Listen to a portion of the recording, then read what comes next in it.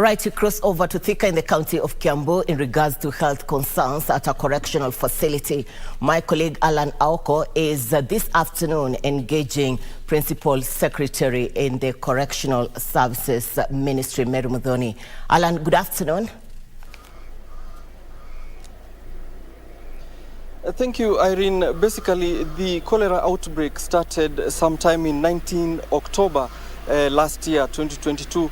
And officers were telling us that it started probably from a wedding festival, and then it was traced to other counties in Nairobi, in Nakuru, in Uasin Gishu counties as well. But what is the situation on the ground in some of our correctional facilities? With us, we are privileged to have with us the Principal Secretary for Correctional Services, Madam Muthoni Murioke. Maybe give us an update of what you found out in this facility, what is being done, and what can be done to permanently maybe stamp out what should not grow into something bigger than what it's supposed to be. Thank you very much. Yes, it has been a sad situation for the last 2 weeks, and because we had quite a number of inmates who got infected with cholera. You know, we are an institution that keep going in and out of our own institution, and some time ago we had inmates who were brought here. They had infection, and finally they got to infect others who are in here. Good to report that the situation is under control as we are talking right now.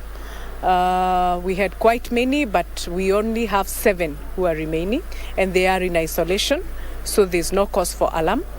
Again, we equally have one who is still in hospital, and he is responding well.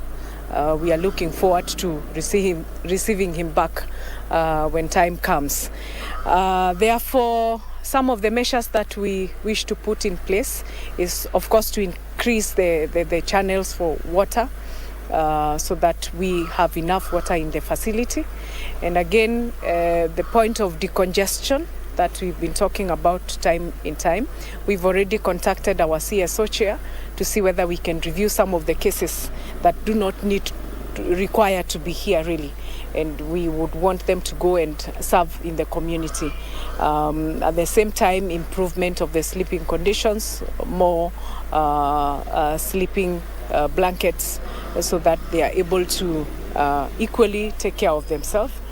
And again, health issues of the personal hygiene issue of the inmate. We are emphasizing on the same, so that this does not happen again, not just in Thika, but also across the country.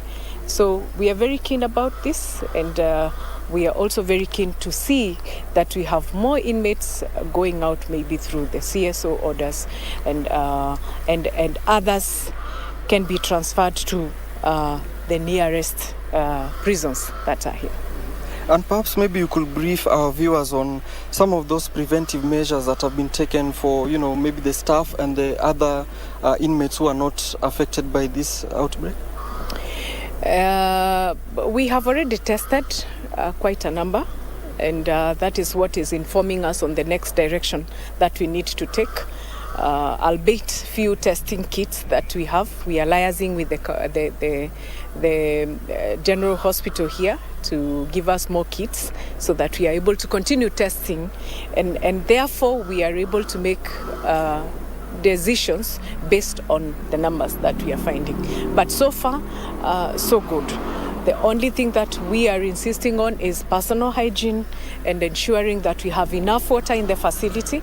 We already have enough storage, and we are our decision is going to be based on maybe the tappings from the rains to store enough water, and also get enough water from the Wasco without the Bowsers that are there.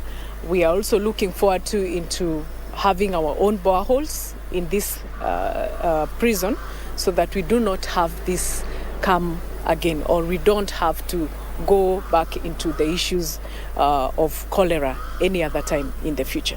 So that, of course, means that we'll be able to mitigate even beyond the cases that we have now, because we understand that the cases have been relatively low countrywide.